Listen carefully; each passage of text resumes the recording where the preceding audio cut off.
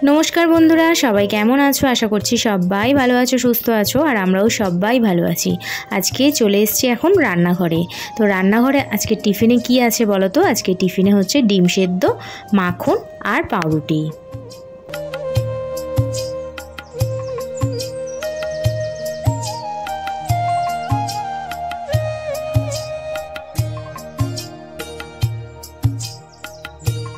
बेसिने तो देखलेई अनेक बासनपत्र किन्तु जमा होयेछे, सेगुलो एखन माजिनी, किन्तु आगे चले एसेछि फ्रिजेर काछे। माने फ्रिज थेके आगेर दिने जा जा जिनिसपत्र रयेछे सेगुलो बार करब, तारपरे चिंता भाबना करब कि रान्ना बान्ना होबे।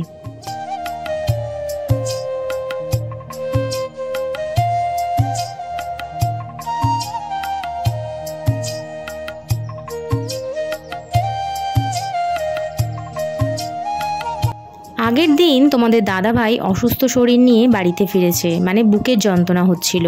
আর আমি সেদিনকে রান্না করেছিলাম ডাল সেদ্ধ, আলু সেদ্ধ আর হচ্ছে পমপ্লেট মাছের ঝাল, মানে সর্ষে বাটা দিয়ে ঝাল করেছিলাম। কিন্তু যেহেতু বুকের যন্ত্রণা করছিল তাই জন্য ডালটাকে আর কোনো রকমভাবে সাঁতলাইনি, মানে পেঁয়াজ টিয়াজ দিয়ে কোনো রকম কিচ্ছু করিনি, সেদ্ধই রেখেছিলাম।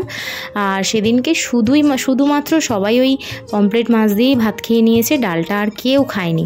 তো সেই কারণে সেটা রয়ে গেছিলো, সেটা আজকে বার করব। দেখা যাক ডালটা সাঁতলে নেব আর কি করা যায় সেটাও দেখব।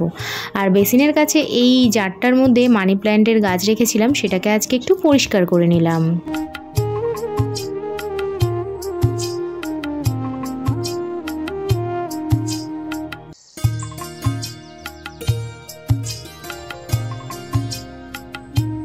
ছেলে মেয়ে আজকে দুজনেই কেউই স্কুলে যেতে পারিনি, তার কারণ আগের দিন রাত্রেবেলা ওদের পাপাকে নিয়ে খুব টেনশনে ছিলাম আমরা সবাই। আর আমার তো প্রায় সারা রাত জেগেই কেটেছে। তো যাই হোক, এখন তোমাদের দাদাভাই ভালো আছে, কি হয়েছিল সেটা একটু পরে বলছি।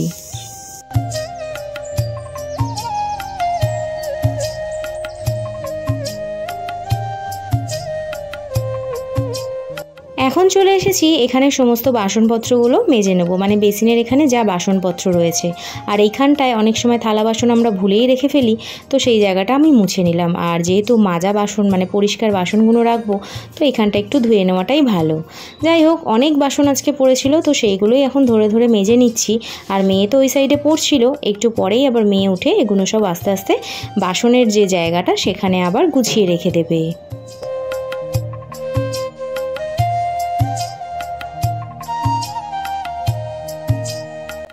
জীবনটা বড় ছোট জানো তো, তাই এই ছোট জীবনে বড্ড বেশি চিন্তাগুলো সব সময় মাথায় যেন কুড়ে কুড়ে খায়।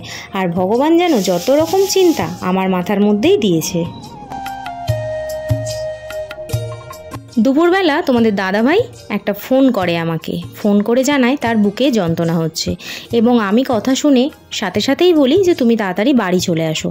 কিন্তু আমার কথা না শুনে উনি এলেন, যেমন কাজ সেরে বাড়ি ফেরেন ঠিক সেরকম টাইমে, মানে রাত্রি 11টা সাড়ে 11টা।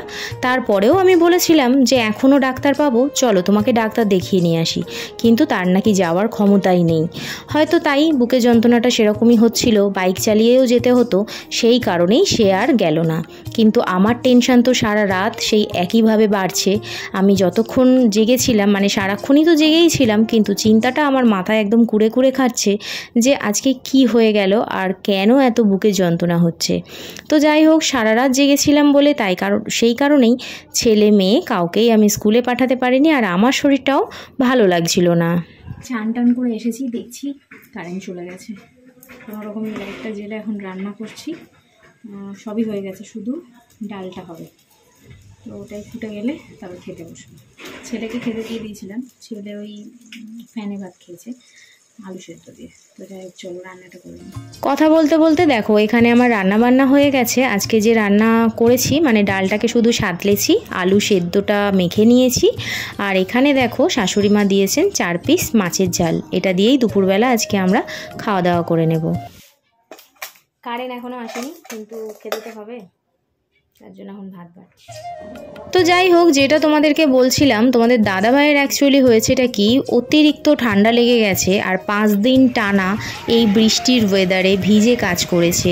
তারপরে বাড়িতে এসে রাত্রেবেলা গা ধুয়ে ফেলেছে, সকালবেলা বেরিয়েছে মোটামুটি 7টা 7:30, তখন চান করে বেরিয়ে গেছে। মানে ওর না সকালে চানটা একদমই সহ্য হয় না, আবার রাত্রেবেলা এসে গা ধোয়াটাও সহ্য হয় না।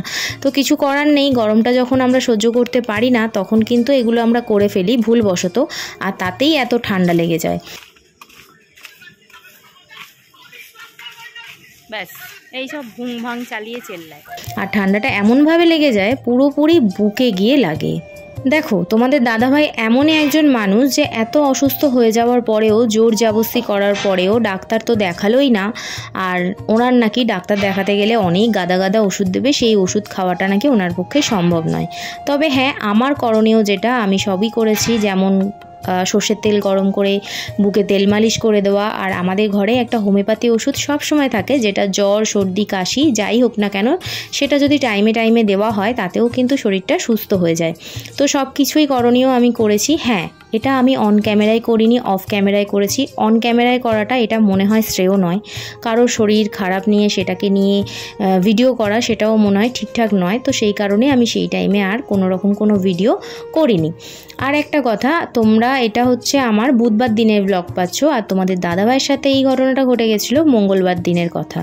তো যাই হোক, চলো, তোমাদের সাথে কথা বলতে বলতে আমার রাত্রিরের খাবারও কমপ্লিট হয়ে গেল। আজকে রাত্রিরে খাবার করেছি রুটি আর ঢ্যাঁড়সের তরকারি। ঢ্যাঁড়সের তরকারি দিয়ে রুটি তোমাদের দাদাভাই খাবে, আর ছেলে মেয়ে দুধ দিয়ে রুটি খাবে, আর আমি হয়তো মুড়ি খেয়ে নিতে পারি।